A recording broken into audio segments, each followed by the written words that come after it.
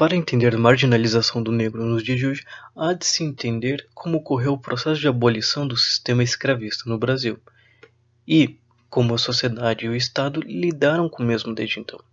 Sabe-se que hoje a sociedade brasileira é acostumada a negligenciar o seu passado escravista, tendo como seu pontífice a princesa Isabel, que ficara conhecida como libertadora dos escravos, atribuindo a ela toda a glória pela liberdade, como se a assinatura fosse um ato de pura benevolência, excluindo os interesses envolvidos por trás daquela obra. E, enquanto a princesa, branca de origem europeia, continua sendo exaltada, líderes do movimento abolicionista como Luiz Gama e José do Patrocínio, negros e de origem africana, são muitas vezes esquecidos pela memória popular. Mesmo abolindo a escravidão, o Estado brasileiro perpetuou a tragédia social ao não integrar o negro à sociedade, que além de não subsidiar sua inserção social, também não ofereceu condições de dignidade. Ao contrário, importou, de certa forma, o imigrante europeu na tentativa de superar as marcas da negritude brasileira.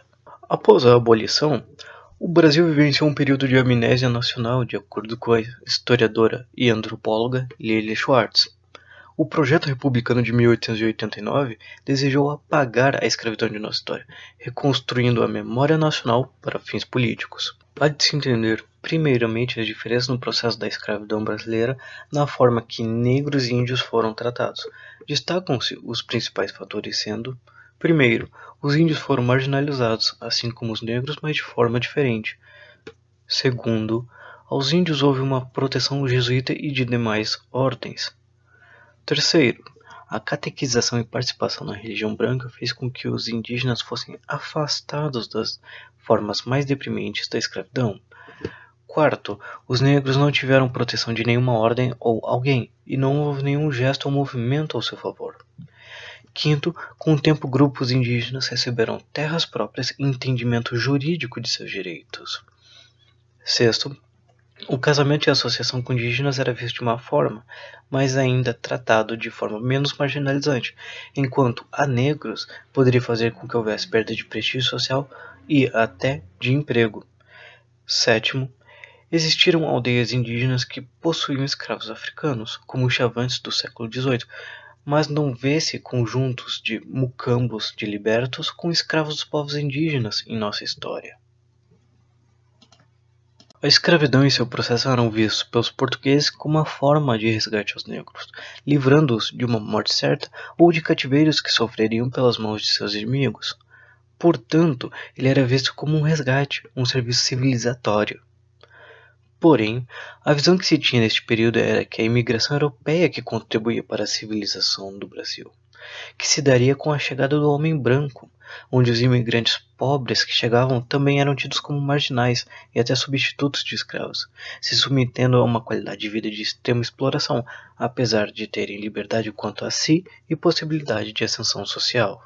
O recorte em destaque é um anúncio de venda de escravos no jornal A Província, de São Paulo, da data de 20 de dezembro de 1878. Durante o período da monarquia constitucional que se inicia em 1824, o panorama econômico do escravagismo brasileiro era dinâmico e próspero. Já mais tarde, com pressões externas, principalmente britânicas, quanto ao Brasil, o tráfico de escravos é proibido pela Lei Eusébio de Queiroz em meados de 1850, e que, ainda assim, não foi uma ameaça direta ao sistema. Além disso, o declínio de açúcar comercial e o crescimento do mercado de algodão e café faz com que a dinâmica de venda de escravos mude, fazendo que os escravos os valiam mais de acordo com sua produtividade. Posteriormente, na década de 60, o imperador sofre de ansiedade sobre o sistema de escravidão no Brasil por influência da Guerra Civil Americana, tendo medo da influência numa divisão do Brasil. Na década de 70, tem-se a Lei do Ventre Livre, como um dos principais marcos do abolicionismo, que daria liberdade aos filhos de mulheres negras escravas que ficariam sob tutela dos senhores até os 8 anos de idade. E, a partir deste ponto, o tráfico interno começa a crescer, tendo efeitos diversos nas regiões brasileiras. Do centro ao sul, impostos sobre novas importações. No norte e nordeste, a escassez de mão de obra e a imigração europeia. Ao fim da década de 80, a revisão da Lei do Ventre Livre, em 1885, libertando todos os escravos acima de 60 anos de idade. Apesar de livre, ainda há de se prestar 3 anos de serviço não pago. Em 86, há uma vitória conservadora no meio político, onde há uma contenção da onda emancipadora. Fugas de massa, ineficiência nos acordos de trabalho, recusa do exército em capturar os fugitivos. Tais fatores são marcantes e tem-se por fim um entendimento da necessidade do trabalho livre. De 1885 a 88, o número de imigrantes italianos que ocuparam trabalhos no Brasil passou a ser de 6.500 para 90.000. Em 3 de maio de 1888 é instaurada a Lei Áurea, libertando os escravos. Deve-se destacar também os principais diferenciais efeitos da abolição da escravidão no Brasil para demais países. Libertos sem direitos ao voto, assim como Cuba, houve a esperança de indenização mais 6 anos de trabalho após Lei Áurea, que acabou não ocorrendo. Em Cuba e nos Estados Unidos existiam áreas sem escravos. No Brasil, a instituição da escravidão estava no país todo. Diferente dos Estados Unidos, o Brasil tem suas áreas mais envolvidas, com, por exemplo, estradas de ferro, nas regiões com mais escravos, enquanto nos Estados Unidos o Norte possuía uma superioridade em relação ao Sul, que era mais escravagista. Elites não sofriam tanta pressão britânica e não houve indenizações para fazendeiros após a abolição, assim como em Cuba e Porto Rico. Entende-se que a Lei Imperial número 3.353, sancionada em 3 de maio de 1888, foi o diploma legal que extinguiu a escravidão no Brasil, mas é conhecido também que a Lei Áurea foi vista como uma dádiva exclusivamente senhoral, reproduzindo a imagem que o papel da população negra foi simplesmente de agraciada e figurante. Era essa a regra geral. Não impediu que tinham existido casos particulares de esforços tendentes a coibir a influência excessiva do homem de cor na vida da colônia, como aquela ordem régia de 1726, que vedava a qualquer mulato, até a quarta geração, o exercício de cargos públicos em Minas Gerais, tornando tal proibição extensiva aos homens brancos casados com mulheres de cor. Raízes do Brasil, Sérgio Buarque de Holanda, página 55. Os negros foram libertos, mas não houveram políticas públicas para empregá-los ou dar-lhes moradia e ensino. No seu lugar foram contratados principalmente imigrantes de origem italiana que tinham formação de trabalho com maquinário e diversos equipamentos e ferramentas. No lugar de moradias próximas aos centros urbanos, os locais mais à margem das cidades foram ocupados pelos negros, já que havia maior facilidade para o mesmo, e nenhum confronto às autoridades por fazer tal. Surgem assim os mucambos e hoje as favelas. E a escolaridade e ensino superior, que já era de difícil acesso na época, tornou-se quase impossível de entrada do negro sem políticas para seu acesso à mesma. Portanto, assim se dá a marginalização do negro na sociedade brasileira, pela sua história com a escravidão, a forma do abolicionismo e o fim do sistema escravagista com a falta de política para a inserção do negro definitivamente como membro da sociedade. Diferentemente, né, dos Estados Unidos, por exemplo, né, onde você, em troca da abolição, você você ofereceu um pedaço de terra, ou seja, você ofereceu uma possibilidade de uma propriedade para esses escravos, né? E no Brasil não, a ruptura foi formal, ou seja, de um dia para o outro esses escravos tornaram-se libertos sem dinheiro, sem propriedade, sem educação, portanto a sua condição de miséria e exclusão permaneceu tão feroz, né, naquela época e continua de maneira contundente ainda hoje.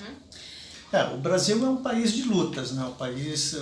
Entender que o movimento negro também é um movimento de resistência, né? Reconhecer que na nossa história, né, embora a gente tenha, as elites tentam, digamos assim, conferir invisibilidade a esses movimentos sempre existiram. Né?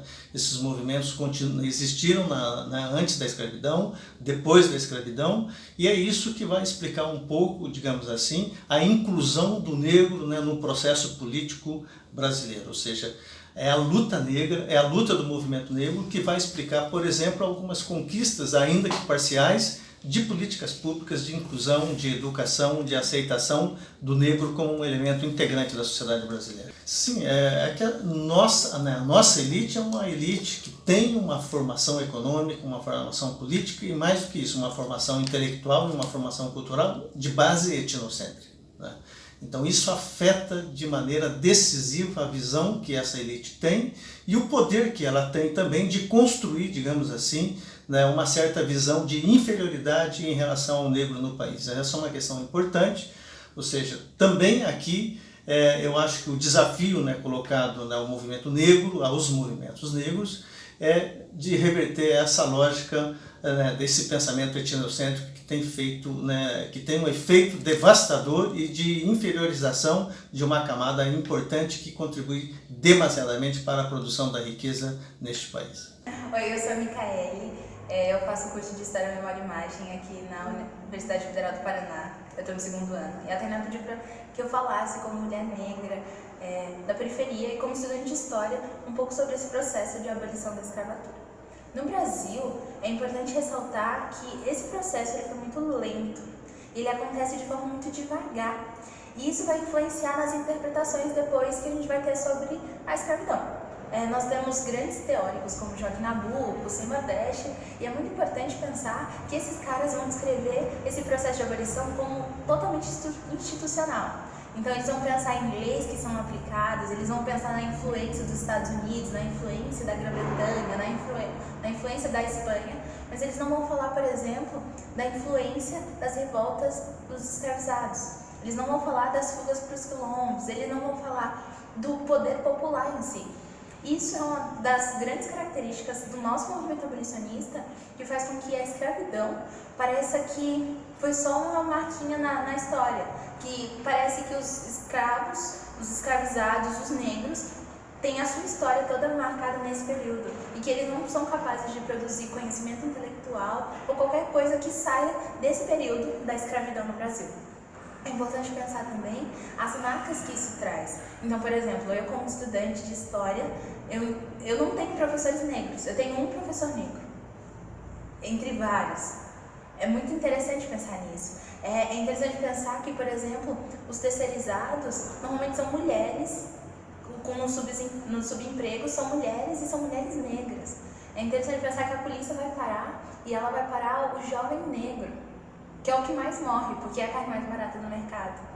Então, esses reflexos, eles vêm de uma historiografia oficial, de uma história oficial, que traz o escravizado como aquele que foi passivo a esse processo, como aquele que se deixou cativar e acabou, e que ficou quieto, esperando o homem branco, esperando uma princesa, esperando alguém vir salvar eles. Então é importante pensar que não foi só isso, mas que foi uma junção de diversos agentes sociais, de diversos movimentos sociais, numa luta.